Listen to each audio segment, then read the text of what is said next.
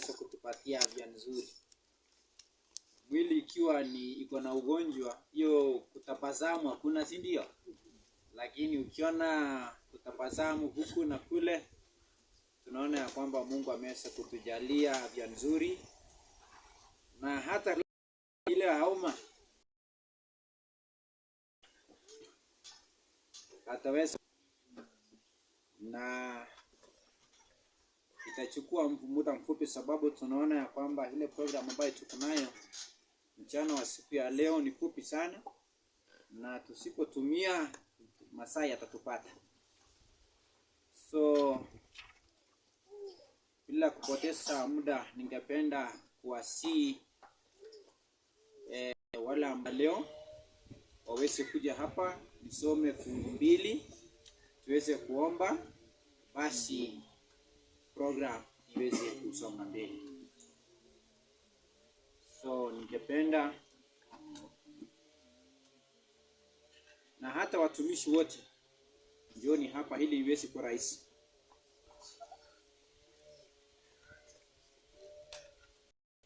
Watumishi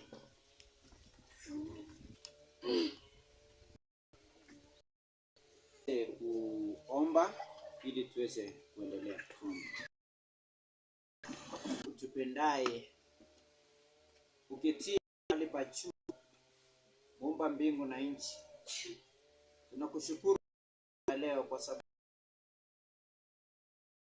na huruma, na utuongoze katika huduma hii ya ordination.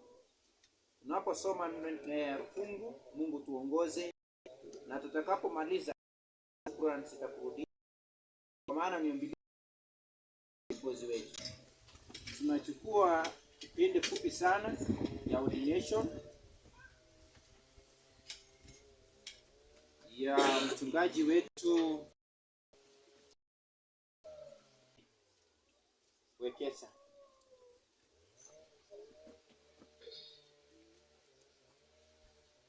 Wekesa atakuwa akifanya Western and Nyanza region, na ningependa kuweza kusoma fungu mawili kisha tuweze kuingia sehemu hiyo ya ordination.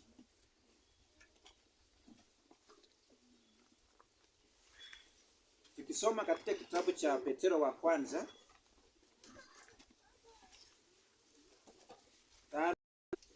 mstari wake ni wa kwanza.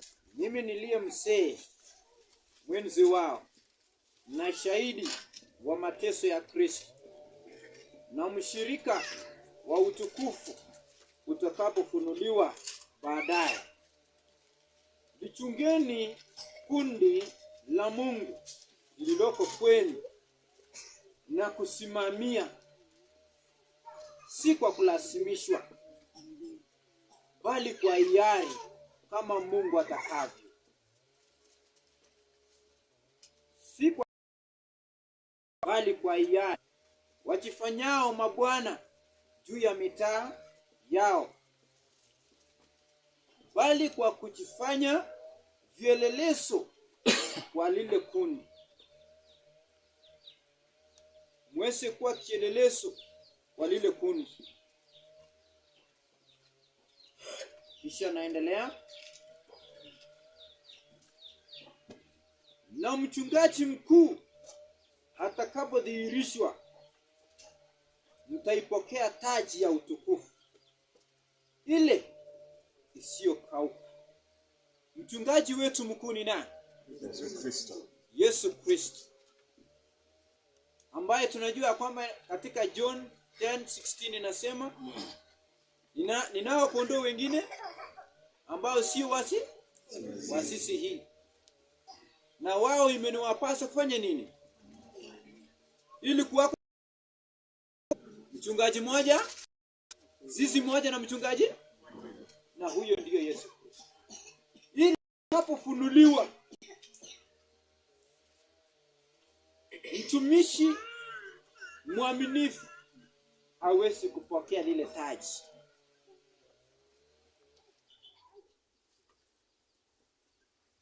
Kazi hii ambaye ni kazi ya Mwenyezi Mungu, ni kazi ya hiari, kazi ya uwito, utakayeitikia hiyo kazi na kukubali kufanya kwa moyo, utaliona lile mibaraka ambazo zitamiminwa juu ya. Na hata kama itakuwa ni mateso, ni heri hiyo mateso. Kwa sababu ya nani? Sababu ya inasema mkilaumiwa kwa ajili ya jina langu wa utukufu, hana wakali. Kwa sababu neno la Mungu.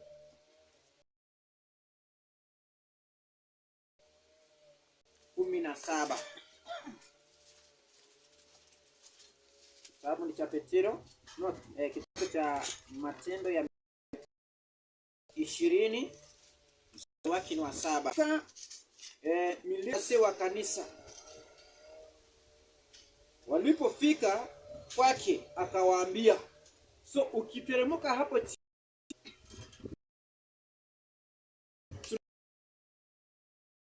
tena, na hao wase wa kanisa wachungaji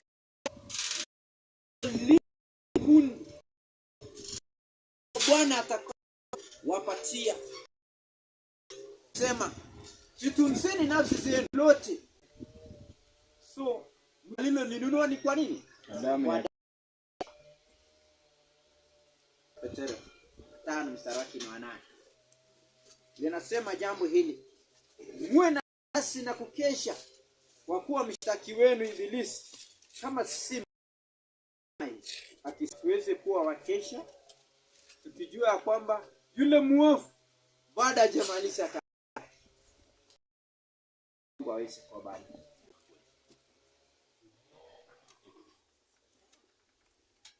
Tuweze kuomba.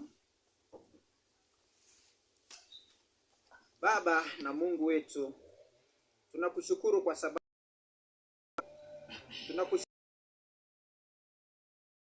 tunakushukuru kwa sababu,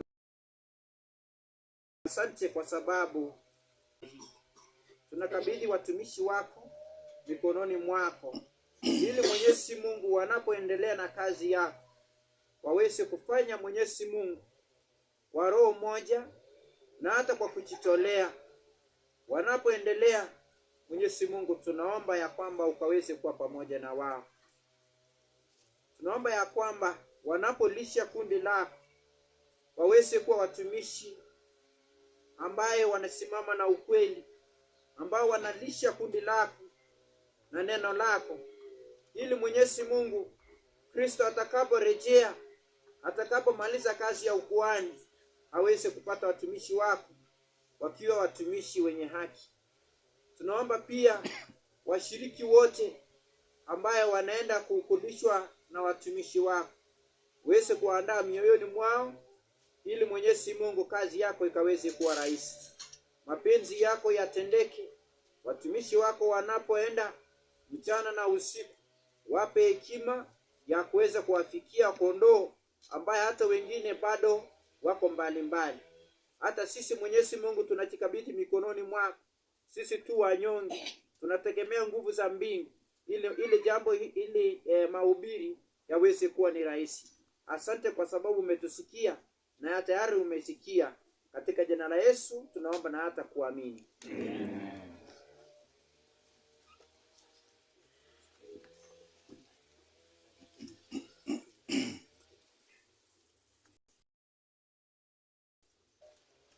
Basi huduma hiyo imekamilika kwa jinsi hiyo. Nafasi nyingine ya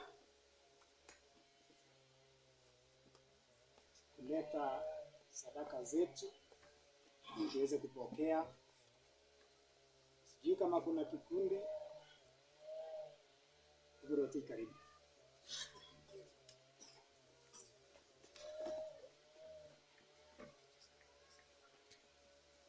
Pesa namba 0721 480 734. Alafu nitarudia. Uandike message uindicate hiyo ni ya zaka na sadaka ni kiwango hii na hii. Kwa maana ukituma hatujui umegawa aje. Ama uchukue bahasha uandike tu. Tutanoti ya M-Pesa tukilinganisha na ya bahasha. Kama huna hiyo ya kutuma message. 0721 480 734. Kama unahitaji bahasha ya kuandika hiyo, niko tayari kukupea.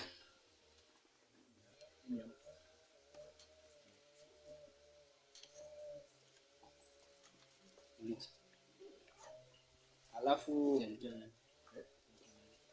Esther Koech. Alafu nitaomba tulete hapa mbele kwa wale wataleta. Madam, karibu.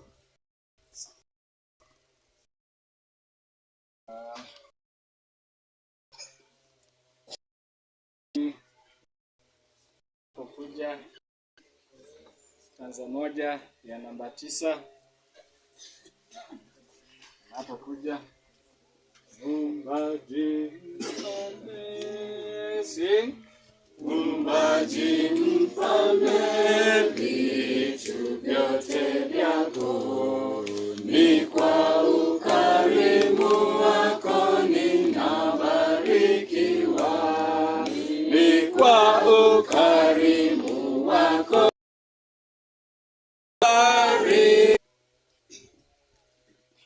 Watu wake humu imekaribia, hivi karibuni na itatangazwa siku ya Sabato isiabudiwe. Watu wake Mungu, kaeni tayari, siku ya hukumu imekaribia, hivi karibuni na itatangazwa siku ya Sabato isiabudiwe. Omba sana mtu wa Mungu, utapata ushindi tele. Soma sana neno la Mungu, utajua ukweli wote.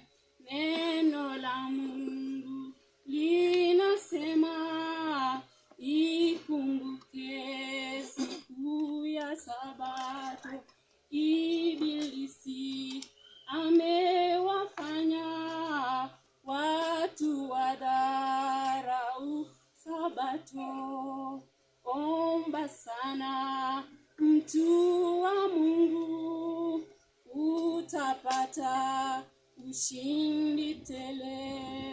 Soma sana neno la Mungu, utajua ukweli wote.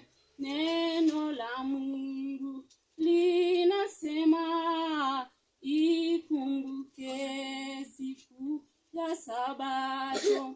Ibilisi amewafanya watu wadharau Sabato.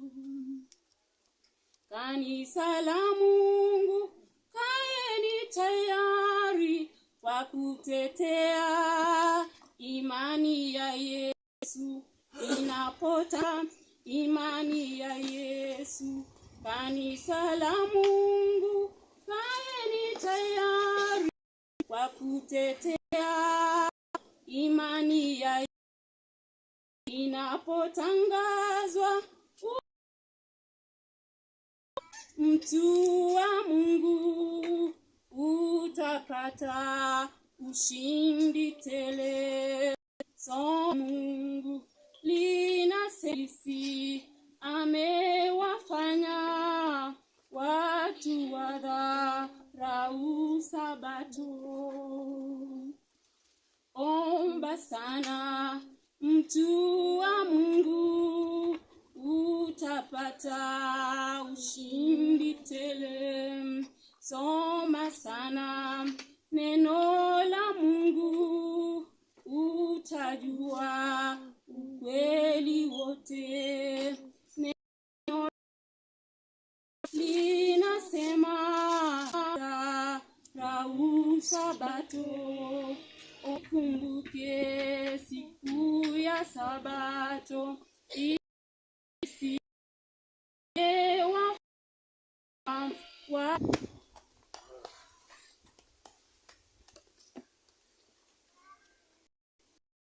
Si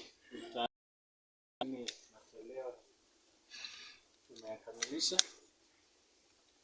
na tutasimama na wimbo nambari 188.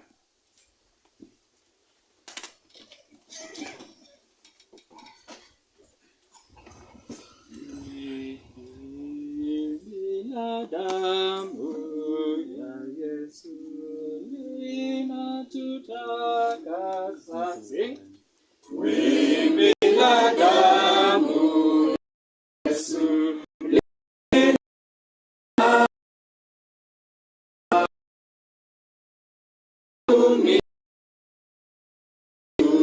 bila damu naona naingia natakaswa. Bwana asifiwe sana. Utakasa damu inasema kwangu, nasikia mvuto, inasema moyo wangu utakaswa nayo. Wimbi la damu naona naingia natakaswa. Bwana asifiwe sana. Utakasa.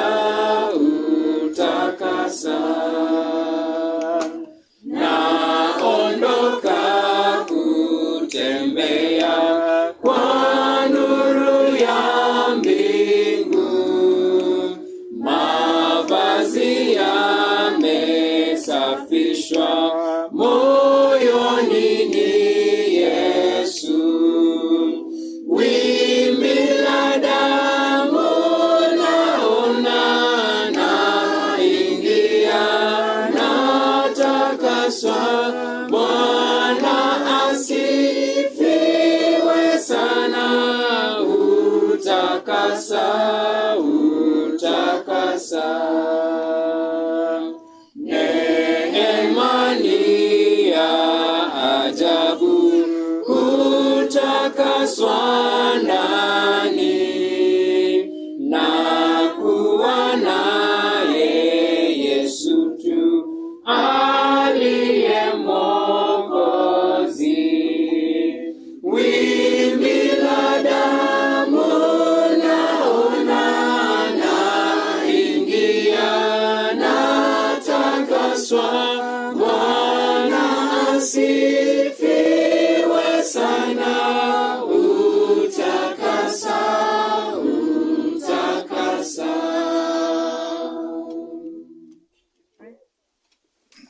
Day of rest, a day to worship you in truth and in spirit. It's already begun in their places, but we thank you because we can worship you freely, scattered elsewhere in the world.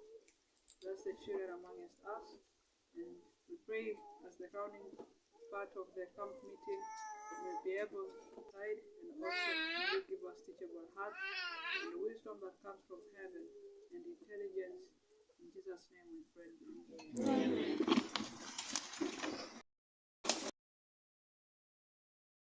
Na kwa muda huu tunaenda kwa divine service, lakini kabla ya hayo kuna matangazo machache ambayo yako mbele yetu,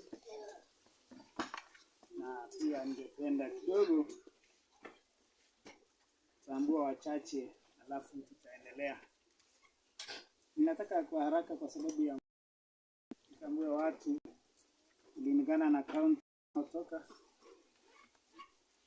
Ukisahau kaunti yako uweze ni wapi? Kiambu, Machakos na Nairobi na sehemu hiyo karibu. Nimepata ndugu Mosoriot kwa niaba Sabato njema. Ya Nakuru County. Yani Nakuru Molo iko Nakuru. Simama. Gaine mwega. Gaine mwega. Na hedeshiode. Gaine mwega. Bwana asifiwe. Hiyo ni salamu kutoka Nakuru County ambayo imewakilishwa. Yeye anatoka Maunaro, wengine wametoka Mauche, na wengine Igaton, wengine Molo. Haleluya. Tuko na kaunti ya Rongo na Nyanza yote kwa jumla. Inato pamoja na brother. Hiyo ni Nyanza yote ambayo imewakilishwa vilivyo. Kuna rafiki yangu aongeaje sana, anaitwa Tom, anatoka Homa Bay. Sehemu ya Homa Bay, ile sehemu inaitwa Yugis. Kuja salamu. Bwana asifiwe. Tumetoka Rongo tunaenda Trans Nzoia. Trans Nzoia iko na watu 5. Bwana asifiwe. Trans Nzoia ni mmoja. Bwana unubi anatoka. Huyu ni wa kila mahali. So, wacha tukalimu ndugu wa kila jitambulishi. Mlembe. Kandi. Mlembe te. Asikucheleweshe. Maana haendi. Basi mimi naitwa Collins Wafula, natoka Trans Nzoia County. Mbarikiwe. Amen. Kuja kwa kaunti kubwa naitwa Wasingishi. Niko na wanaume kadhaa. Hebu wasimame wote, wamama, wazee wa Wasingishi wakilisha kuanzia sehemu ile ya Cherusi mpaka huko sehemu ya Matunda. Bwana asifiwe. Amen. Kwa sababu tunawakilishwa na wengi. Wacha tukozgei kutoka Cherusi, Sabbath ndogo ya Cherusi atuwakilishe. Hamjambo. Asante. Waje anasemaga ni wakilishi. Yeye ni wa Cherusi Sabbath School. Ya, sasa tukuje kaunti gani imebaki? Nanti. Na? Kuna watu ya Laikipia, sijui kama ni Daragwa, utatuambia ni Nyandarua, Nakuru, ama Nyandarua, Nakuru ama Laikipia. Mama. Huyo anaitwa Gare. Na Wageshi. Ama wale ambayo kaunti zote ibaki nani? Hapo tuambie umetoka wapi? Niko na salamu. Haya, asante. Happy Sabbath. Happy day. Nilikuwa nimetoka Mombasa kabla niitwe Nairobi kwa shughuli za kikazi. Tulikuwa na mwenzetu anaitwa Nixon Kemboi. Nafikiri ndio namjua. Nilianza kuabudu Sabbath School na ndo nikamwacha. Alisema nikifika hapa nitume salamu za Mombasa. Nazipokea. Nimepokea za Mombasa. Maana asifiwe. Magari. Happy Sabbath. Happy day. Mimi ni mkosa kaunti. Lakini kaunti zote mbili Nyandarua na Laikipia kwa boda. So nimetoka hapo, namshukuru Mungu kwa umbali huu ambao wametuleta. Salamu kutoka nyumbani wazazi wangu. Alafu salamu kutoka Mosoriot. Shasha amesema msalimiwe sana. Amen. Amen. Ungesemaje? Amen. Daragwa iko katikati ya Laikipia watu gani ama Nyandarua. Wale wanaenda huko inahitajika mzuri. Haleluya. Amen. Sasa tunakuja kwa mama anayetoka nao. Yes. Haya, Kalama ambaye atakuwa huko vile. Asante, naona watu wanahama. Ndio unaona wanakaa karibu na yeye. So, hiyo nashukuru sana. Sasa ni mgeni tu wengine ambao pengine hakuweza kufikiwa. Ametoka kaunti ambayo huenda tuelewe kama hatujejua amewakilisha. Wote tumeweza kuridhika. Sasa ni kaunti ya nani? Haya, wote wa kaunti ya nani? Kuanzia Nandi hii twende mpaka tusikia tukirudi mpaka wapi mpaka wana asikie tukul je mpaka ndio wanandi kumbe wazunguzi kuna kikombele. Basi wacha tumpatie Matthew Kogo anatoka Chipteri vile tulio atahalimu kwa yao. Sasa ngale za Kristo anajambia. Jambe. Nasikia salamu ni ya kinani. Acha mwisho kabisa tumalizie na watoto. Mtoto mmoja ambaye atakuwa haraka kusalimu kwa niaba ya watoto. Mama, haya ndio hiyo. Happy Sabbath. Happy Sabbath.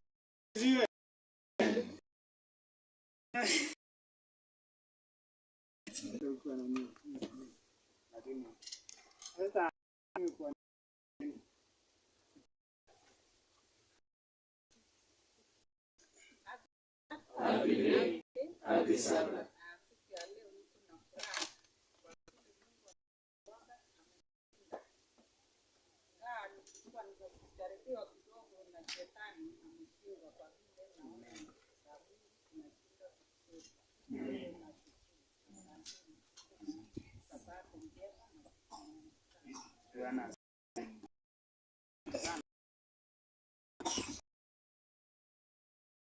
Sabato ni bara. Ningependa tu kuleta matangazo machache ambayo iko mbele yetu. Matangazo haya ni moja, ni kwamba tulikuwa na wakadidate ambao pata hizo, lakini katika program, na kwa hivyo tulikuwa na mafundisho ya afya kwa jumla, na kwa hivyo naamini kwamba ikipangwa mahali itakuwa, wenzetu ambao mlikuwa tayari mmejitayarisha mtaweza kupata ubatizo. Uweze kutulia hivyo. Hapo mbele tunapanga ubatizo, hata kama kutakuwa na mkutano kama hii, mkutano wa ubatizo, wale wamekuwa tayari. Kuna wale tulikuwa na wao kule Londiani walikuwa fikiri imekuwa kilia, kwa hivyo hatutakuwa na ubatizo hapo. Tangazo lingine ni kwamba kuna ndoa itaendelea kesho, ndoa kati ya Nixon na Kate, na ipenda wasimame. Nafikiri ni tangazo la mwisho. Hawa wanandoa kesho watakuwa hapa kabla kama una Mungu atupe mibaraka ya Bwana wetu. Bwana wabariki. Asante. Tangazo ni kwamba kuna jumba vile ya kujisaidia wanaume mahali pale, kina mama na wadada sehemu pale. Asante, hiyo ni ujumbe wa pekee sana, na nakukaribisha mtumishi dada Miss Kalama, endelea kutupa ujumbe. Happy Sabbath. Happy day. Happy day. Happy Sabbath. God is good All the time. Nashukuru Mungu kwa nafasi nyingine ambayo ametupa, na it takes the grace and the love of God for us to be together today.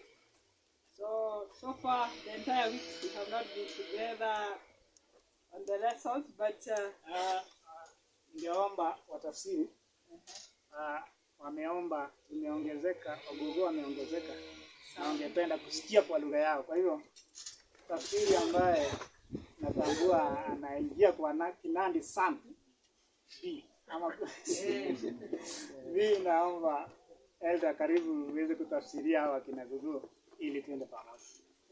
Thank you so much. so we have been seeing on the diet of mothers, pregnancy, childhood, nursing mothers. Ogiro go miseta TV TV akse tomono. And we have been blessed, and so that everything God planned for man is just wonderful. So ogi berure da ogna tugu chigi Jehova go berure agobaji. And so we So what our children shall be, it depends much upon us as Tuguk parents. che egu lagok kotienegei achek sigik. And that's why we said on that verse that said, let us Kitiegei kurget ordinary katika so yeiro Jehova komwa netai ako nyil nebo aeng. I want us to start with the verse of 3 John chapter 2, verse 2. So ngesoman barwetab Johana nebo somok aiten barwet. Mpenzi, naomba ufanikiwe katika mambo yote na kuwa na afya yako kama vile roho yako ifanikiwavyo. Yeah, mpenzi, naomba ufanikiwe Zamanani asa aliberurage komye eng tuguk tugul. Akitete chametabgei kouye iberurat sabondang'ung. So God is interested in our physical health as much as our spiritual health. Chame mising Jehova koro kole kamyei chametabgei nebo borto ak nebo kiptamirmir. And that's why he's so keen to give mothers the instructions on how they have to eat. Notok amune kilkilye mising akobo chepyosok chechiyo koro kole kaam kit neititaat. So let us also go to the book of Ecclesiastes chapter 1. Ngiro kitabutab amdoindet agenge, We know the preacher Solomon, ingen akobo amdoindet chapter Solomon. 1 from verse 12 to 14. Aiteni ko taman ak aeng akiwe akoi Ecclesiastes chapter 1 from verse 12 to 14. amdoindet. Anasema, mimi mhubiri nalikuwa mfalme wa Israeli katika Yerusalemu, nikatia moyo wangu ili kuyafuata yote yanayotendeka chini ya mbingu na kuyafumbua kwa hekima ni taabu kubwa ambayo Mungu amewapa wanadamu ili kutaabika ndani yake. Nimesiona kazi zote zifanywazo chini ya jua, na tazama, mambo yote ni ubadhili na kuchilisha upepo. Ya laitoriatab Israel eng Jerusalem ane amdoindet. Ya gil muguleldanyu kocheng akosiach eng kotiet akobo tuguk tugul chekiyoe eng kureretab kipsengwet. Kiikochi kamuktaindet werikab biik boisiet nebo nyalilda kotikone. Yaker boisionik tugul chekiyoe eng kureretab asista akokero buch tugul uu onetab koristo. So the question I want us to ask ourselves Tebutiet nekitebekei achek koni. is in verse 13. Komi eng 13 kurge. In everything that we do, Ki age tugul nekiyoe. we eat in anything, Ki age tugul a. do we give our heart to seek and search out by wisdom? Tos kikochini muguleldo kocheng eng ng'omnotet? Do we do that? Kiyoe notok. And we know in 1 Corinthians it says that Jesus And Christ is the wisdom. Barwetab Korinde komwoe kole Jeiso ko ng'omnotet. So you seek, I gave my heart to seek and search out by Jesus Christ. So akoitoi muguleldo ak kocheng eng Jeiso Kristo. So in everything that we do we involve Christ? So ki age tugul nekiyoe tos kitesyini Kristo. I want us to read the commentary of verse 14. So kale meche kesoman ng'alek chemwoe mising akobo kurget 14 anan kaite 14. We know well about King Solomon and his history. So kingen akobo Solomon ak atindioni. Because we are told that we are the people of the books. So we So read. amwache ko ki biikab kitabusiek kisomani. So it says in the Bible commentary, Mwoe eng inoisechi mising akobo kurget kaite 14 3 BC 1165.3. nekakomwa kitabuna Bible Commentary 3 BC 1165.3. Down, we shall continue going down. So It ale says, kisomani ng'alek ab keliek. Solomon sat upon a throne of ivory, Katebe ng'echeret nekikichobe keldet nebo kamanut Solomon, the steps of which were of solid gold, kakwautik chekilanye ko kikichobe dhahabu. flanked by 6 golden lions. So kokakinde teket ng'etu tutunyik chekikimimi. His eyes rested upon highly cultivated and beautiful gardens just before him. So eng taenyi komi kabatisiet nekibo kamanut eng kabungut nekitoku mising. Those grounds were visions of loveliness, Utonik chekibite yotok kokiboru akobo chomyet ak kororonindo. arranged to resemble as far as possible the Garden of Eden. So kokerkeit eng tagunet akobo kabungutab Eden. Choice trees and shrubs and flowers of every variety So ketik chekikicheng chekororon ak mauwek cheterchin have been brought from foreign lands to beautify them. kokikakeib eng emotinwek chebo sang sikobit nyokokon kororonindo. Birds of every variety of brilliant plumage flitted from tree to tree. So taritik chekiterchin chebunu emotinwek cheterchin akotindoi kaloksosiek anan atebet nekararan nebo kororonindo. Making the air vocal with sweet songs. So kokiche akibitu tienwogik chekibo kwongut chebo taritik eng olekimi. Youthful attendants, So eng minginotet nebo chekikabwa, gorgeously dressed and decorated, so bichu mengech neranik chekikabwa kokikelachke eng oret nebo tekisto nekararan mising. waited to obey his slightest wish. Kochobotin kosub tuguk chekakomwa laitoriat. Scenes of revelry, music, sports, and games Kimi tienwogik cherurtos ak ureriosiek chekikwong'e. were arranged for his diversion at any extravagant expenditure of So money. kokibonganotin akobo sikoboibochi inendet kou yekamach eng kasarta age tugul. But all this did not bring happiness to the king. Ako tugul eng chukakeng'alale makon angot boiboiyet eng Suleiman. He sat upon his magnificent throne, Kitebe ng'echeret netoror nebo kamanut mising. his frowning countenance dark with despair. So kokimak kotogu togenyi ko nyalilat mising amu muguleldo So I nekiinat. want you to mark that point, his frowning countenance. So togenyi kokitong'ony kosubkei ak muguleldo It was nemabaibai. just gloomy. Kitong'ony amu mabaibai. Why? And he has all these wonderful things Amune that we have read. akitindoi tuguchu bo kwong'et mising He chekakemwa. has all these workers or staff, So beautiful. mi chemengechen neranik chekeboisie. But dissipation. Oh.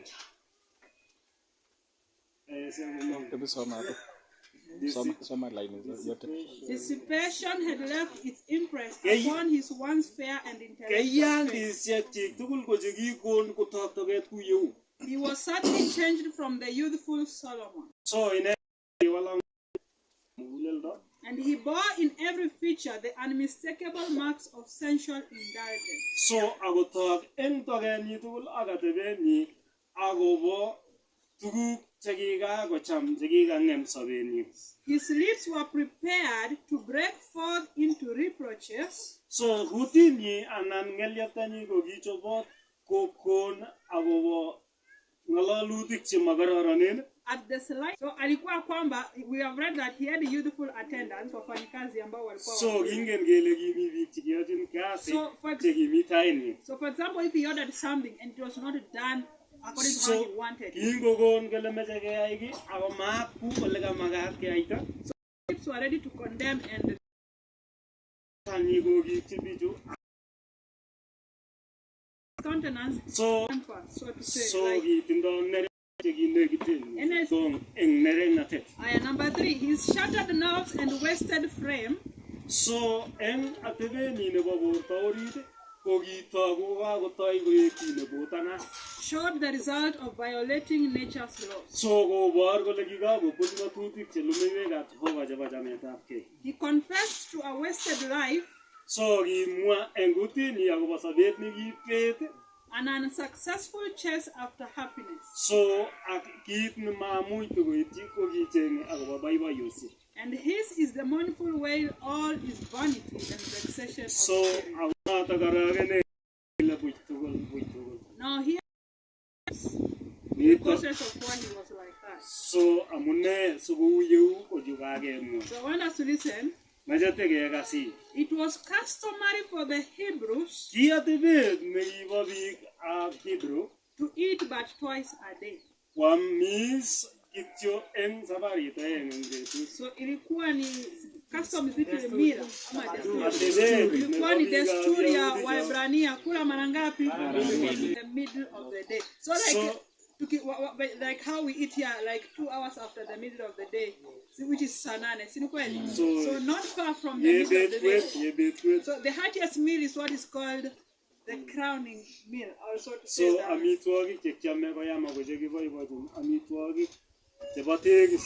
But the luxurious habits of the heathen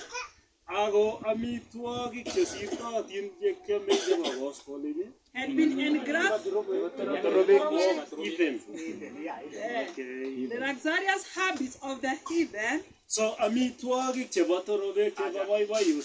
had been engrafted into the nation, into the Hebrew nation. And the king so ago icheket chekiteleljin chetororene kokiyapta ng'olyondoni bo omisiet ak ibaibaike agoi kemboi. Have you ever read the history of the reigning of the man? How many times was God parding man?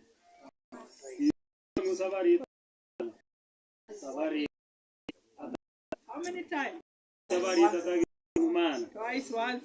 Are we clear? How many times?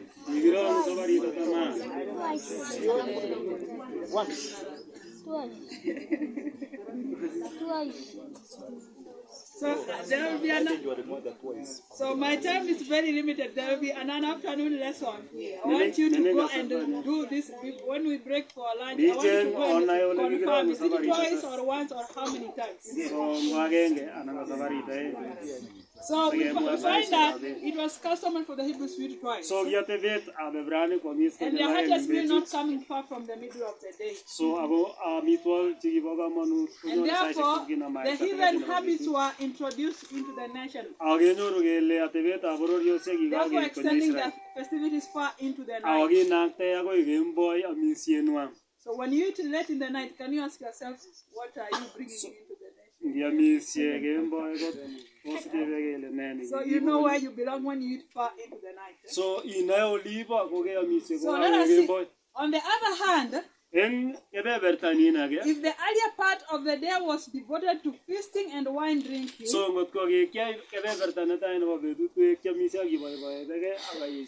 the officers and rulers of the kingdom were totally unfitted for their grave duties the next day. Solomon was conscious of the evil growing out of the indulgence of perverted appetite.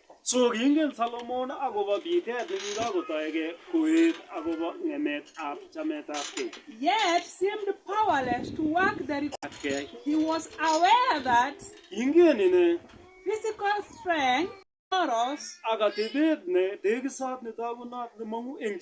can only be secured through temperance. He knew that gluttony leads to drunkenness and that intemperance disqualifies us. Disqualifies you to work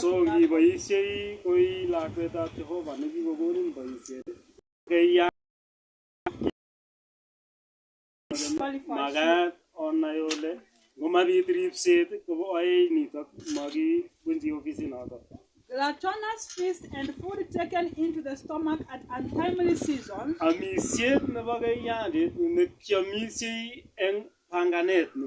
leave an influence upon every fiber of the system, and the mind also is seriously affected by what we eat and drink.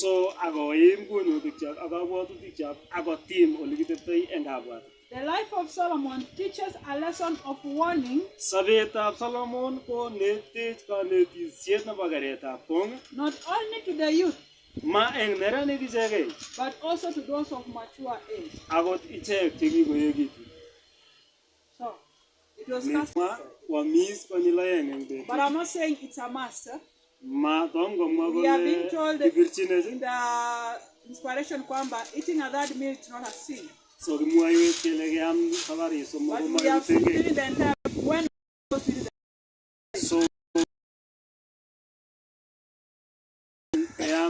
koek nebo somok. And this morning I was reading an instruction that Ellen White was giving to our school. Rani ko kasomani tugul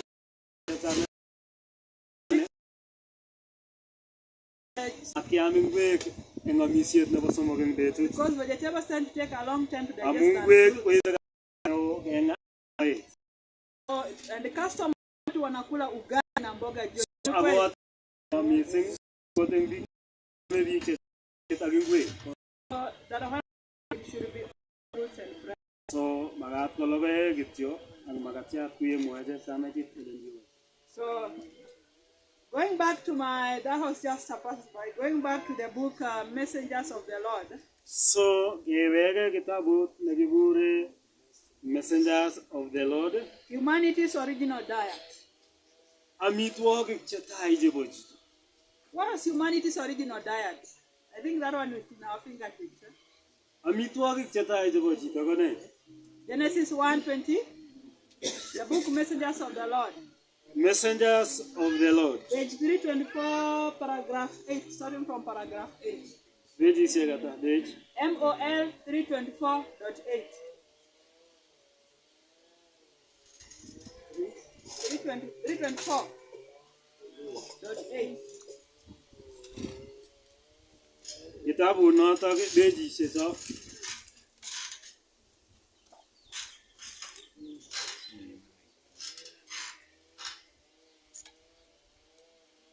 So in order to know what are the best, we must study God's original plan for life.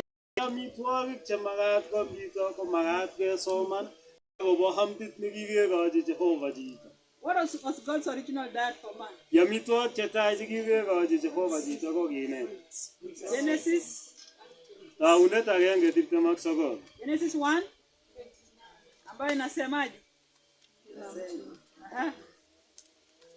Mungu akasema, tazama, nimewapa kila mche utoa mbegu ulio juu ya uso wa nchi yote pia, na kila mti ambao matunda yake yana mbegu, itakuwa ndivyo chakula chenu.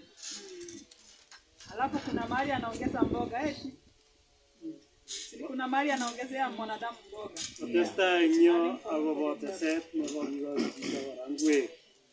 So God's is grains for creator. They constitute the diet chosen for us by our creator.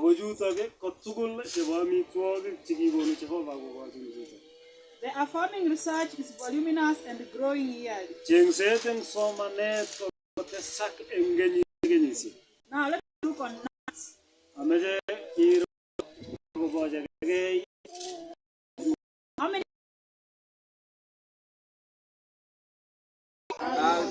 Almonds, huh? Aya, jana breakfast tulikuwa nini kwa lunch? Peanuts, another type of nuts. Cashew nuts, another type of nuts. Coconut. Another one.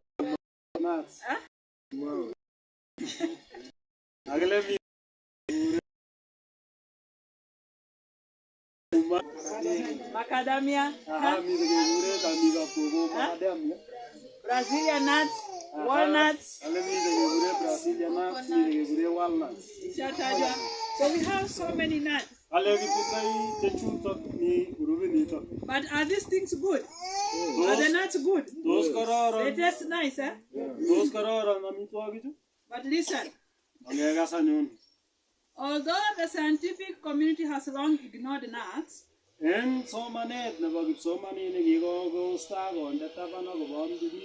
thought them too high in fat to be recommended,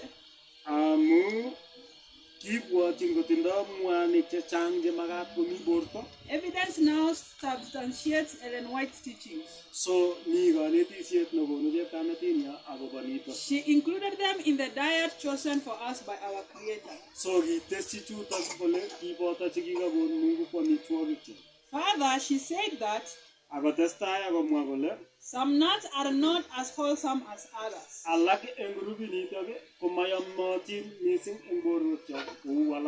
Almonds are preferable to peanuts. So, Why? Why are some nuts not good are good than others? Why? Amune sima kororon alak komo kororon alak. Aware of some of the dangers of too many nuts in the diet because of their high fat content. She warned that too large a quantity of nut food is an injury.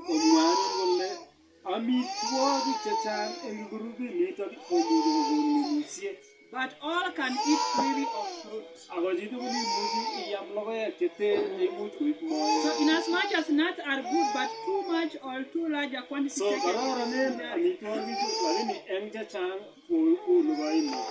and I've realized that men love a lot of peanuts.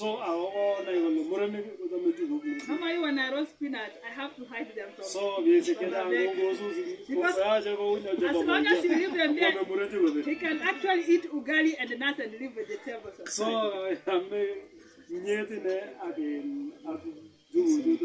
In the Adventist health study, men who ate nuts 4 to 5 times a week had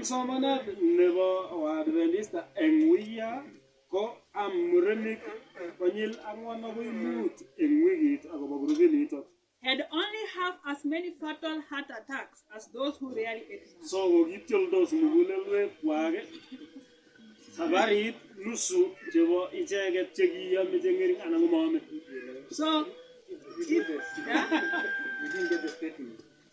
you didn't get a statement. Yeah. Okay, it says, in the Adventist health study, men who ate nuts 4 to 5 times a week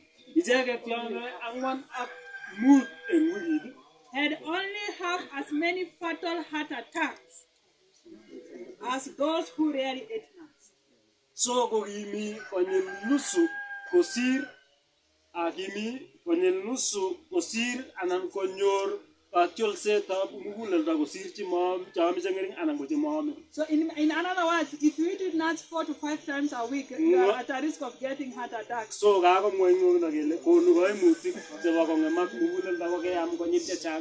you may find you are reformed, but you are eating those nuts in a larger quantity. You may also be at the same risk of those eating animal products.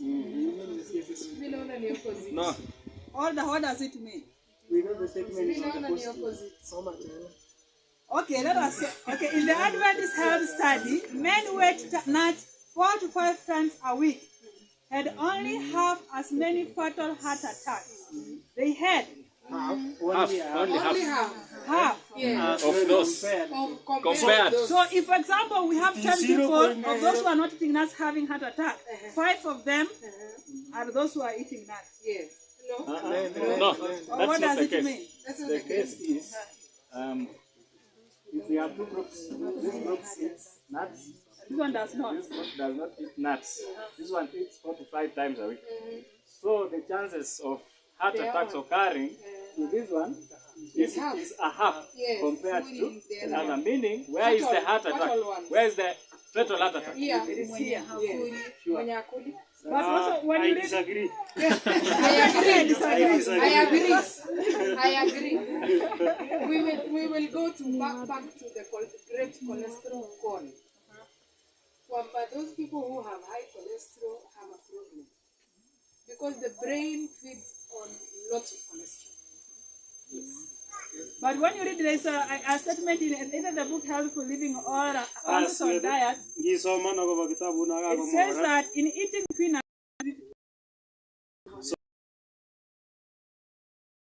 and if you had an experience, I don't know if it's personal, but if you had an experience when we ate the breakfast yesterday, by the time lunch it was reaching, the stomach was still so heavy.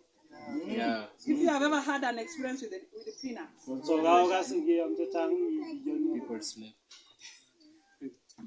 So, I don't know, but according to the experience in Wagonjwa, peanuts are very harmful. So, not that they are bad, but if you eat them too much, they can really cause so many heart problems as you are also likely eating fat of the other side. And that's why we have been told there that too large a quantity of nut food is an injury. So nuts chechang ana gurubi nito kokonu kaimset eng borto. And that's why we are reading that we have to be temperate in all. In as much as nuts are good, but there is temperance in it. So kararanen tutu lakini meche keam eng oret ne kararan nebo kiasi. So it is the statement that has making sense. So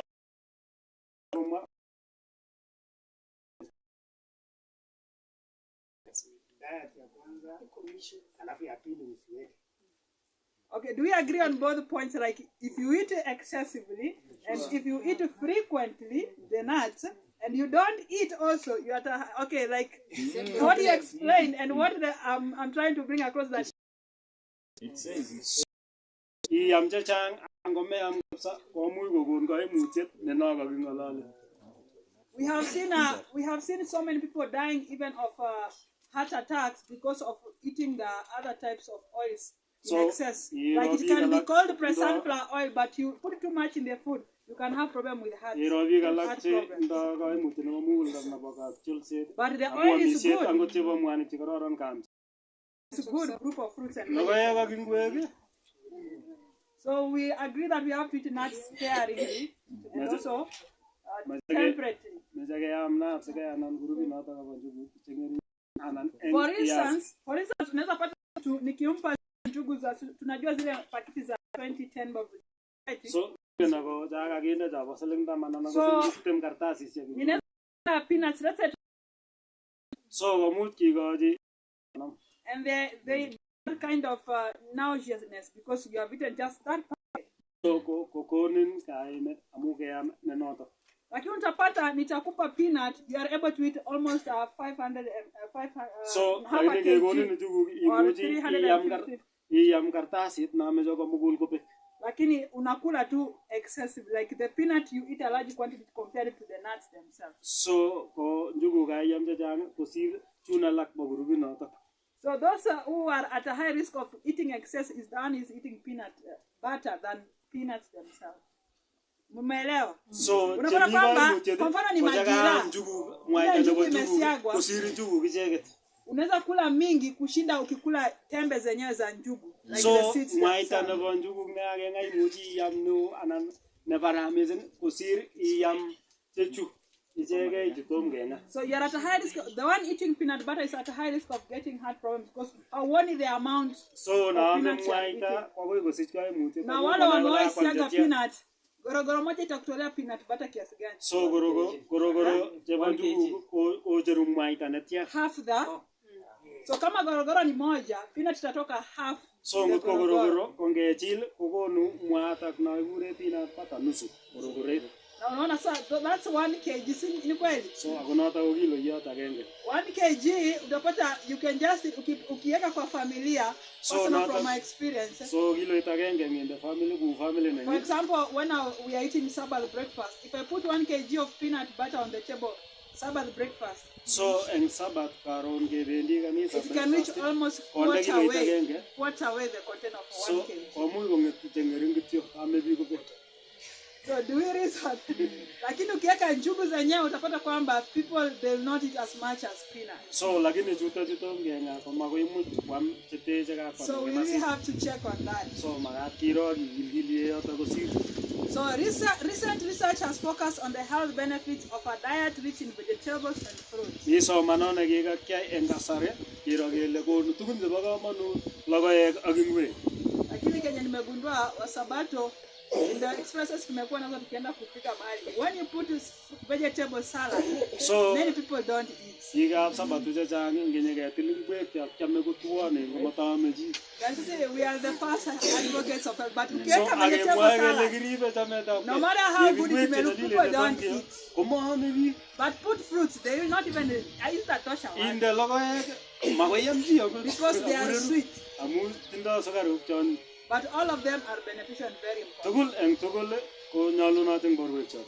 Vegetables and fruits are complex foods containing more than 100 beneficial vitamins. Ingwek ak logoek ko amitwogik chenyitat kimnatet. Sabarit bokol agenge eng tuguk chekikure vitamin ak chumbik chebo borto ak cheiuni moet chekikure fiber ak alak. Minerals, fiber and other substances. Ak alak ak chumbik. Scientists do not yet know which of the nutrients or the other substances in fruits and vegetables may be protective against cancer. Mengen biik chekikosoman angot kole eng ingwek ak logoek ko tos nee nekonu kekirinda miondo nebo mokongiot ak chekergei. With the experience I've had with a stage 4 cancer patient, Ku kakomwa akobo chi nekikanam miondo nebo cancer toe kosom mising kosir chebo logoek. vegetable juices, Juice. vegetable juices. Supukab ingwek.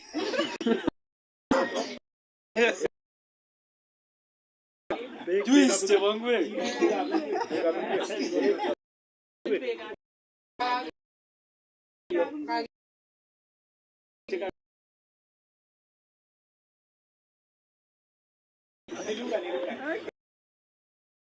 They tend to work.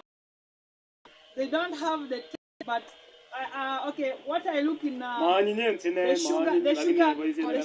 sugar levels in vegetable juices tend to be a little bit lower. Unlike the fruit juices, the fruit juices tend to have a high content of sugar, therefore slowing the speed of healing. So, but both of them can work in a cancer patient, but vegetables are more preferable.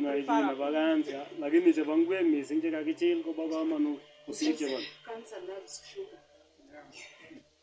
And one thing I noticed with the diabetes, diabetic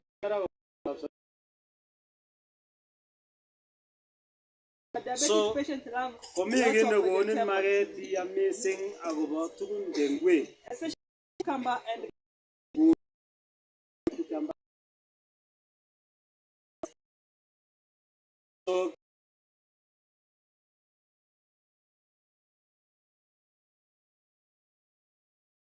specific vitamins, minerals, fiber, and phytochemicals. Ngatutiet nemitei ne iboru akobo tuguk chetindoi chutok cheu vitamin, cheu chumbik, cheu moet ak alak cheungotin eng tuguchutok. Carotenoids, flavonoids, tuguk chetindoi amitwogik chutok, kimnatosiek chetindoi. These are present in foods of plant origin. So mitei tuguchutok tugul chekakemwa kimnatosiek chutok, tuguk che minutik. Until more is known about specific food components, the best advice is to eat 5 or more servings of fruits and vegetables each day. So, agoi kemwoe kou notono, ko eng iman konyolunot keam konyil olobo 4 ak 5 chebo amitwogik chutok bo ngwek eng betut. So I don't know what a serving or what a serving is, but we are supposed to eat 4 or 5 so ngele serving ko eng sanisiek chekakita komeche iyot olobo 4 akoi 5 eng betut. And the best way to eat fruit when you are eating your food, kasarta nemie keam logoek yo kakebe keamisie, or if you are having a vegetable salad, anan iame ngwek chetomo kiyo you always start with the raw food first. So ketoune chetom kiyo korok keame. Do you know why? Amune kuni? Because we have seen that was the original diet for man, isn't it? So amu chutok ko amitwogik chetai chekibo chito. So when you start with the fruits or a raw vegetable salad first, so ngitoune chetom kiyo anan ko logoek korok, it tends to occupy a larger portion of the stomach. So kokwenye moet. Therefore, being best than occupying cooked food, yani huwa umekula matunda na mboga ya salad mingi kushinda the amount of cooked food. So kokaiam chetuonen kosir chekakiyo. Lakini many people make a mistake. They eat the cooked food until they are full, and then they just eat a piece of orange. Ae makoset biik konam chekakiyo konyit korok moet. And they say they have eaten a balanced diet. Akole kaam amitwogik cheyomotin kei chebongonotin. Another issue is avoiding fermentation of the stomach. So kit age kora ko sikoisto komindililitu eng moet. Make this experiment. Eat cooked food first. Ityem chuto korok ing olin am amitwogik chetom kiyo korok. Then eat a fruit. Iam logoiyat. Give yourself 30 minutes and listen to what you will feel. Ikochike kasarta nebo nusu saa ak ikas ile. But eat fruit first. Am logoiyat korok. Then eat your food. Ak iam amitwogikuk. And also listen to the same reaction also. Takwal ikas ile une borto kora. So that's why we have been learning the entire combat. It's good to listen to your body. Noto ko kinetkei kele taman ikoshi it. bortangung. Like there's this the daughter of a pastor. She reacted with the soy milk Ko because inde it was her first child. kuje be ba pasta mata jam borta chago ga kichil soya ga manjega. Then the day she drank, the night she drank soy milk, she just said, maybe it's just something else. The next morning she ate the scrambled egg, the eggs from the. So And now the allergy now did what? It went up. So it's good to listen to your body. So bamani yeti borta. And it is important because you get to know this how my body reacts when I eat this, when I eat that. So amuina ilenga amniana na une borta. So the Adventist health study indicated that vegetarians consume twice as much vitamin A and 4 times as much as vitamin C as people in the general population. Ni soma none gi soma in betu se so gele wa Adventist je gi yam tuguk che binu minuti gitu. Ko gitindo kimnate gitindo tuguk che nyoru je ba vitamin A je chang ak gitindo logoek che gure vitamin C mi sing sabarit angwan kosir bik che gi baboro yose anan che gi mago Adventist. But do we do that? Toske no to. That is the Adventist health study research. But we personally do we do that? So let us see that we put the effort to eat enough fruit and vegetables. The antioxidant vitamins A, C, and E may lower the risk of cancer and coronary heart disease. Kimnatet netindo ngwek anan ko logoek che koisto sumusiek che kimnotonito kekure vitamin C ak vitamin E ak vitamin C kotoreti kora kochuchui mokongiot ak kochuchui mwanik chotine inaik cheibe korotik koba muguleldo ak komondo. So you need a healthy heart. Eating 4 servings of legumes per week decreases risk of pancreatic cancer. So iyam amitwogik chemi family nebo marakwek sabarit angwan en wikit agenge kochuchui miondo nebo nwaget much more than eating legumes only once a week. Kosir chito naame rubinoto bo marakwek sabarit agenge en wikit. So eat legumes 4 times a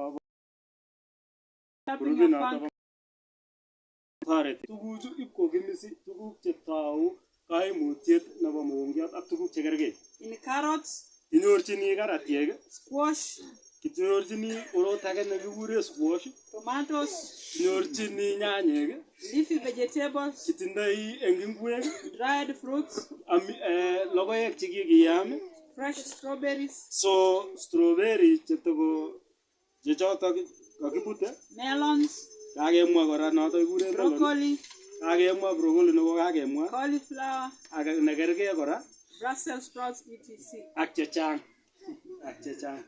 In a study of elderly people, high consumers of these foods had only 30% of the cancer mortality as that of low consumers. Eng somanet nekikisoman biik chekikakoekitu kaosekitu kenyor kele kichuchuwak sosomu konyil bokol eng icheket kosir ichek chekimakwame eng kaimutiet nebo cancer. So antioxidant nutrients include vitamin C, vitamin E. Kakemwa kele vitamin C, E kotindo kimnatet neipkokimisi sumu chetou cancer ak chekergei eng borto. Selenium and carotenoids. Chumbik alak ak alak chetoreti konyek kora. Studies suggest that people who eat more fruits and vegetables containing these antioxidants have a lower risk for cancer. Somanet nekikesoman koborwech kele biik cheboisie logoek ak ingwek chetindoi tuguchutok kimisi cancer ko kikotok eng iman komatindoi mionwek chebo cancer chetou. Those eating cabbage once a week ichek cheame ko bichot kityo sabarit agenge eng wikit had only 1/3 the risk of colon cancer compared to those who ate it once a month. So ko kichuchukak eng sabarit somok kemoke 10 eng miondo nebo cancer nebo abutaniet no kosir icheket chekimakwame anan chekiame agenge eng arawet. So I know people from the other sides don't love cabbage.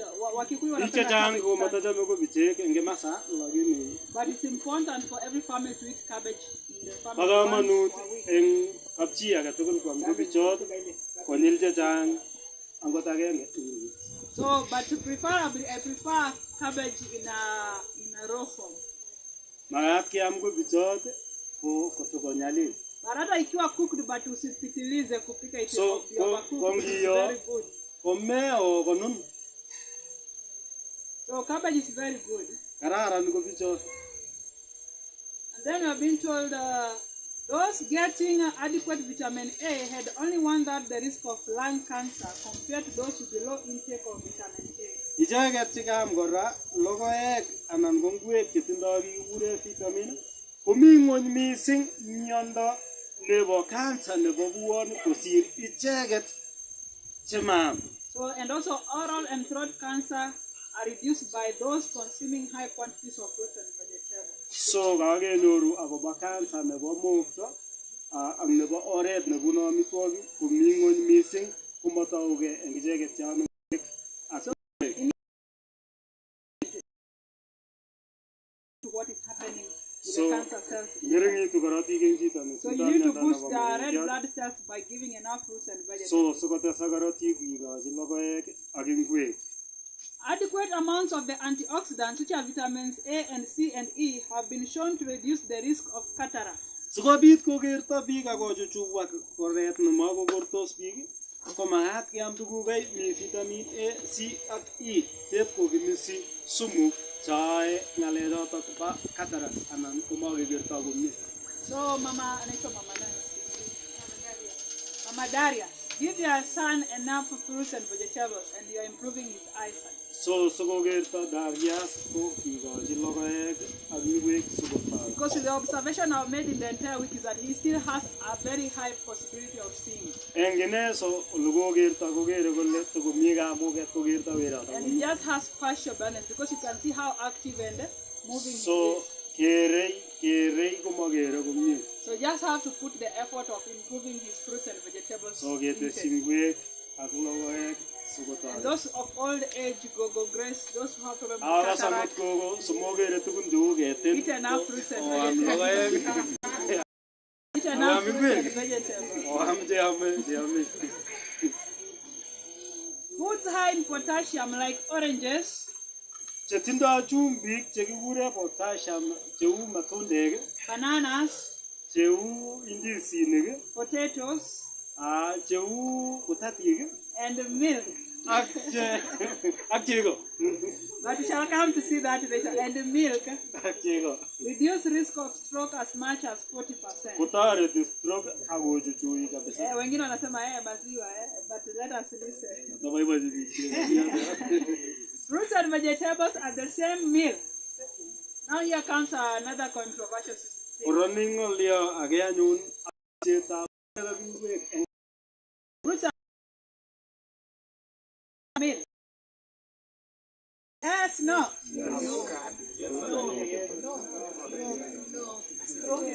A strong no. Okay, let us read. What does the inspiration say? ngemwa kesoman kele kamwa ne cheptab Ellen White says that avoid eating vegetables and the same meal. imwa chepkametit makararanit ingwek. But one meal bread and fruit, Eng kasar age iam makatya ak logoek, and at the next bread and vegetables. kasarta age iam kora makatyat ak ingwek. But those vegetables, you kukula with the tomatoes. Tomato fruit or vegetables, you shall see that. So tos iyoe nyanyek ak ingwek ai, tos ingwek nyanyek anan tos. Whenever possible, Mrs. White followed this practice. She said, I eat the most simple foods prepared in the most simple way. So kamwa kol chepkametinya kole isubi ine ama amitwogik chekichob ing nyumnyumindo ak eng oret ne rahisi mising. For months, my principal diet has been vermicelli and canned tomatoes. Vermicelli is a spaghetti, the very thin ones. So eng karawet ko kiam notok kamwa kole kikure And tomatoes cooked together. ak nyanyek chekikiyam ko kakiyo. So kama Michael spaghetti, you know how they look nice when they have tomatoes in them. So kiro spaghetti wakinde nyanya. So mi kine But kekure the spaghetti for now it's not right. It's refined, but there's Mas all spaghetti- there's brown ones. Mas spaghetti nebo nguno. But they are very expensive. Lakini age ne brown ako kali. And then this I eat with the zwieback. We are told So- zwieback is a twice baked bread. We know that. So kiyamdo sweetback makatiat nekakitel ak kisopchi ketel. Then I have also stewed fruit of some kind and sometimes lemon pie. So betusiek alak stewed fruit. You cook the fruit like you can Oh, stew so. pineapple stew, Yes, there's mango kale. stew. Kale So logoek chekakiyo kokiyome eng kergeindo notok koboto kit nekikure lemon pie. There's also apple stew, so there's fruits that can be cooked. So mi amitwogik in logoek chekimuchi kiyo cheu herbal. So kokicham kwame koboto lemon pie kit nekikure lemon pie. Dried corn cooked with milk or a little cream is another dish that I sometimes use. So kimnyet beek chekakiyam chekakiyo Dried corn, mind you, nyamekauka, when cooked with the milk, is something that she loved also. bandek chekakiyam kakitesyi chego tutikin anan ko kirimit tutikin. But I Amitwogik chekicham kwame. want you to remember that we read a quotation that says, sometimes when you read a quotation, know when it was written and when it was applied. Akikuyen simebito irach kirimit ak It's chego very ile important. Some kingesire ko kikisire eng kasar kutya ak kikisire eng betusiek chekiune. Sawa. But Kosunoto listen, she says, what are the problems when fruit and vegetables are combined? kaimutiet nekakituiyo logoek ak ingwek ko ne? For many with a feeble digestion, the mix will cause distress, Eng chechang chewisis ngaetab amitwogik and alake chenerekyotin akosich lakwandit. so mtu atasema mimi nikikula niko sawa because my digestive system is strong. So, Alak kole imuch aam amu kim ngaetab moenyu. we shall continue to see that later. Ta kekere eng kasar age noto. Ellen White saw in a vision the cause of a minister's sickness. So kiro eng keret dada White akobo kaimutiet ak miondo nekibo kiboityo. And she says, I took notice of your diet. Akoro akobo amisyenyi. You eat too great a variety at one meal. So kiamo amitwogik chechang eng kasar agenge komisyen. Fruit and vegetables taken at one meal produce acidity of the stomach. So eng amisyetab ingwek ak logoek eng kasar kokonu mindililindo nebo moet. Then impurity of the blood results, Akokon komurwonitu korotik and the mind is not clear because the digestion is impaired. kotim kunyu kenget set nema. So I eat fruit and, Lakini kichome kele kiam avocado iburu chepkerta kebune. so what I want us to understand is the Koche content. kikuye tuguk chemi Now here is where we apply science. yutok chekeboisie somanet Each and every food component has its classmate. There's botanical, there's all that. We understand those who are going to school. So sukul kenai logoek We shall find kitesetai ng'olyondoni ng'olyon lagok kwam bandek ak ne eng koskoleny kosir kwam ingwek ak logoek kosir kwam ingwek. so the white family considered vegetables, Mite binsik, beans, mi marakwek, potatoes, mi potatik turnips, ak alak chebitos tuguk chekikure parsnips, honey fruits botanically. nga eng mi somanet nekipkesomana kekure logoek anga ingwek eng kimasi. Fruit, tomatoes, Kole pears, peas peaches, chekikure chetuen momonik blackberries, alak chekikwolokis momonik grapes. kora cheuwen. Wondered about Ellen White's inclusion of tomatoes within the fruit group. So kikokwong'yo alake ako amune sikeib nyanyek kinde kele logoek. Mbona aweke nyanya kwa matunda? So some have wondered. Kinde grupit kele logoiyat nyanya. But that she did according to common mu boisiet ma kiyai agobo ole kiboisieito. What do you understand by that? Kekuyoito ano ng'oliondono. That she did because that is what she was using. That was a common usage for her. In the fruit, she used it a lot with the fruit. So that she did according to common usage. So kiboisie mising logoiyat. I don't want to say to judge or say you can't put it in vegetables or that. Just make your conclusions. You know science very well. So ongen somanet ni kyonyoru. There's one in the book testimony. She says that we need common sense.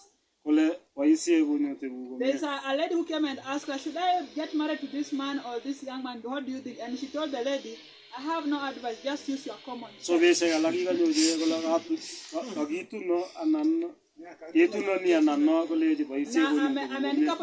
it has come to a time when we have to use our common sense. And then it says, milk. Milk. Chego. Ellen White's counsel regarding milk has often been misunderstood by both those who freely use it and those who avoid it. So, kikong'em biik tuguk chekikamwa Dada White akobo chego eng ichek cheboisie ak ichek chekikoesio moboisie. On one hand, she clearly says that the time will come when milk of the cows will also be excluded from the diet of God's commandment-keeping people. Eng kebeberta age kokimwa kole tun koite betut nemakoite keboisie chego icheket cheribe ng'atutikab Jehova eng amisienwa. So, the time will come. Mi kasarta nenyone. What time is it now? Tos une nguno. Kikoit kasarata. Has it reached the time? Kikoit kasarata ke? Mbona nasikia wachache? Kikoit kasarata. Yes. Kikoit kasarata ke? Yes. Wengine bado hawajakubali. Okay. Then she says, however, again, demonstrating Ellen White's common sense as well as enlightened counsel, she also said that in her day, as the situation now is, the time to discard or exclude milk has not come. So, yekiwekchinigei eng ng'oliot nekai kele makat keboisie kunyutik ko king'alalen ye eng betusiekchik kou eng inguno. And she gave two reasons. Ko kakoit makeboisie chego. One, the poor were not able to make the dietary adjustment immediately. So the poor were not able to make the dietary adjustment immediately. So biik chenyolilen ko chenyoliliotin ko kimakochobotin kowal mising eng haraka sikoistoegei chego. So she says, I cannot say to them, you must not eat eggs or milk or cream. So makoi alechi ichek moboisie chego, mayainik ak kirimit.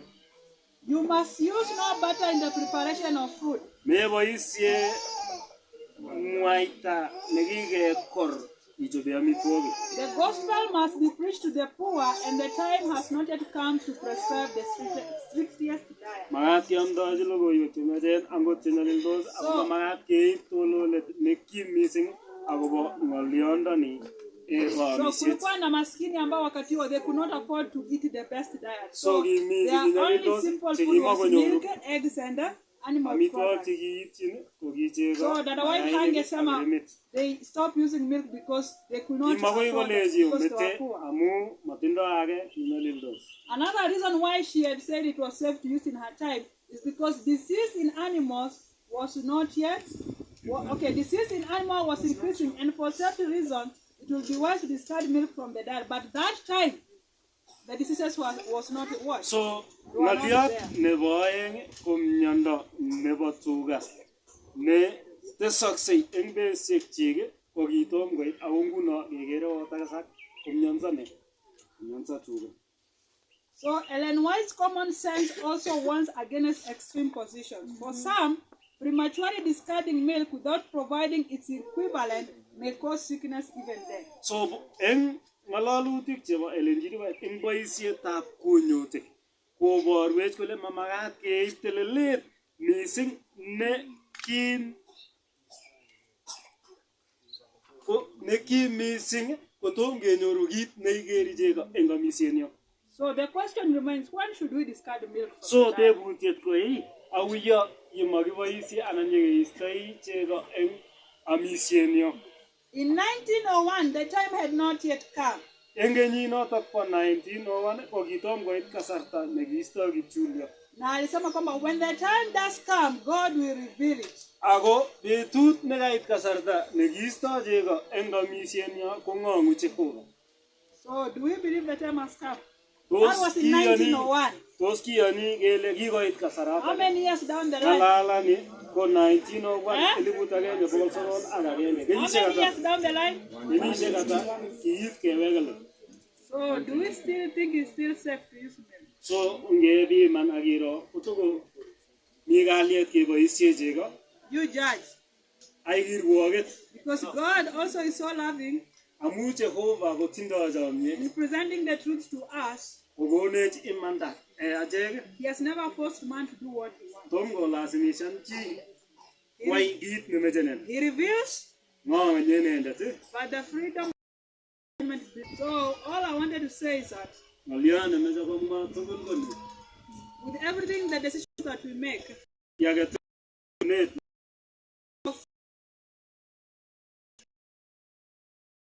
put our hearts to seek after the wisdom, to search out according to what we read in and the question to be, what Lord, what do you want me to do?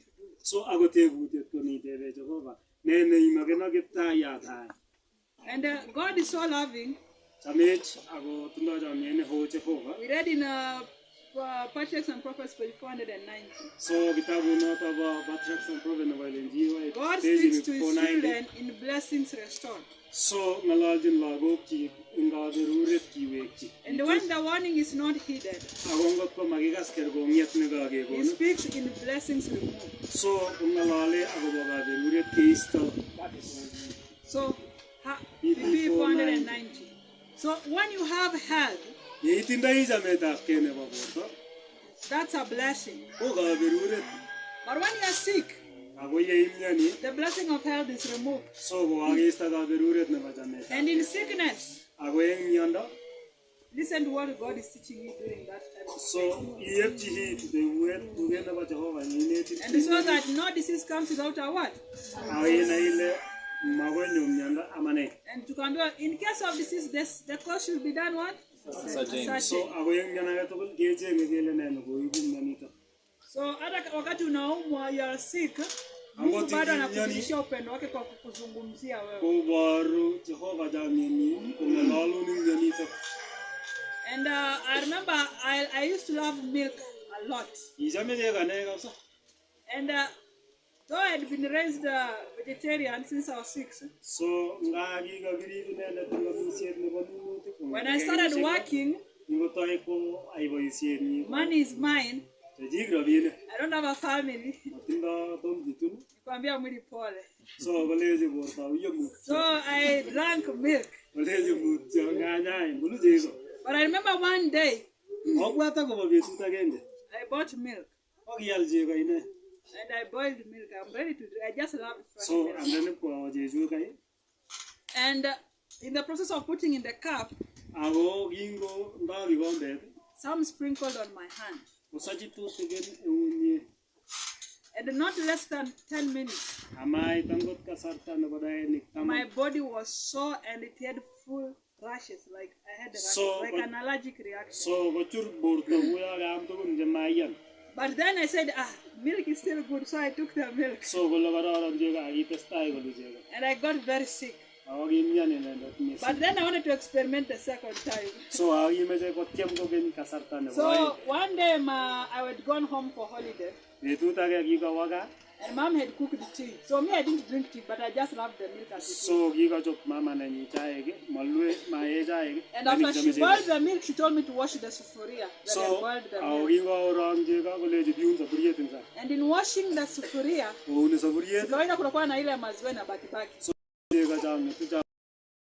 something happened.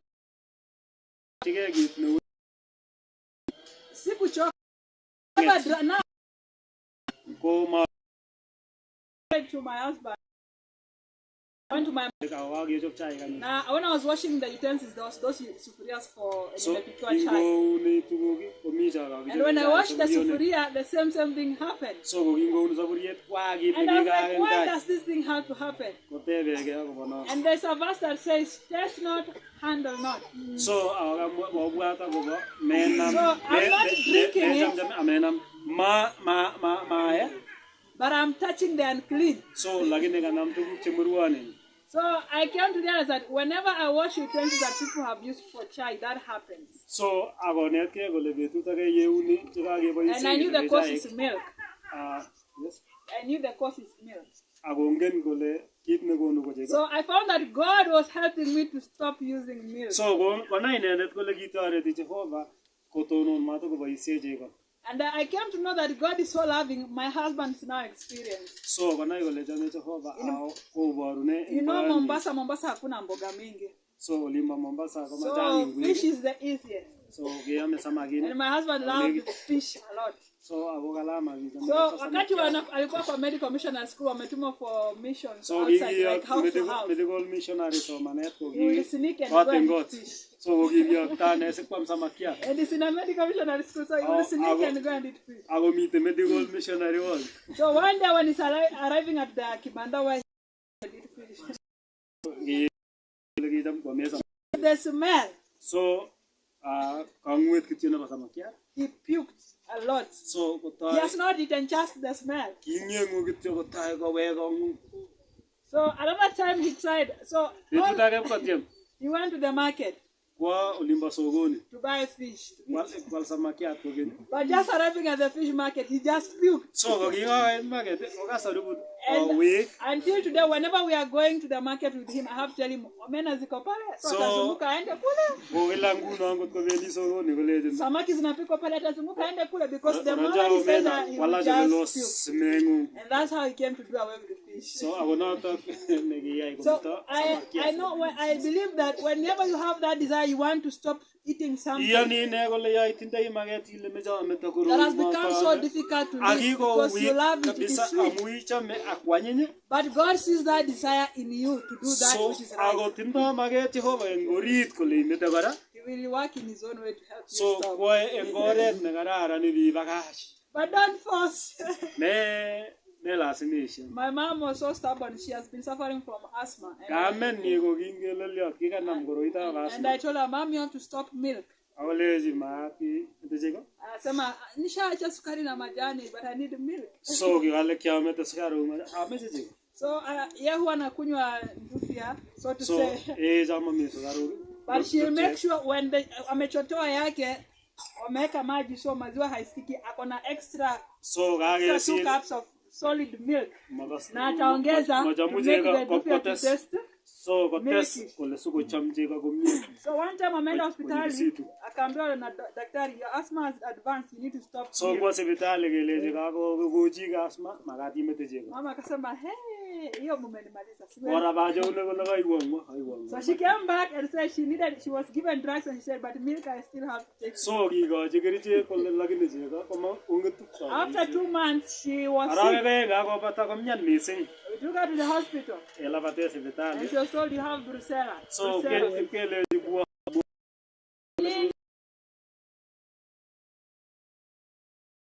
I'll give you the medicine, but you have to stop the milk. So Mama akasema, mimi hapana. She still drank the milk.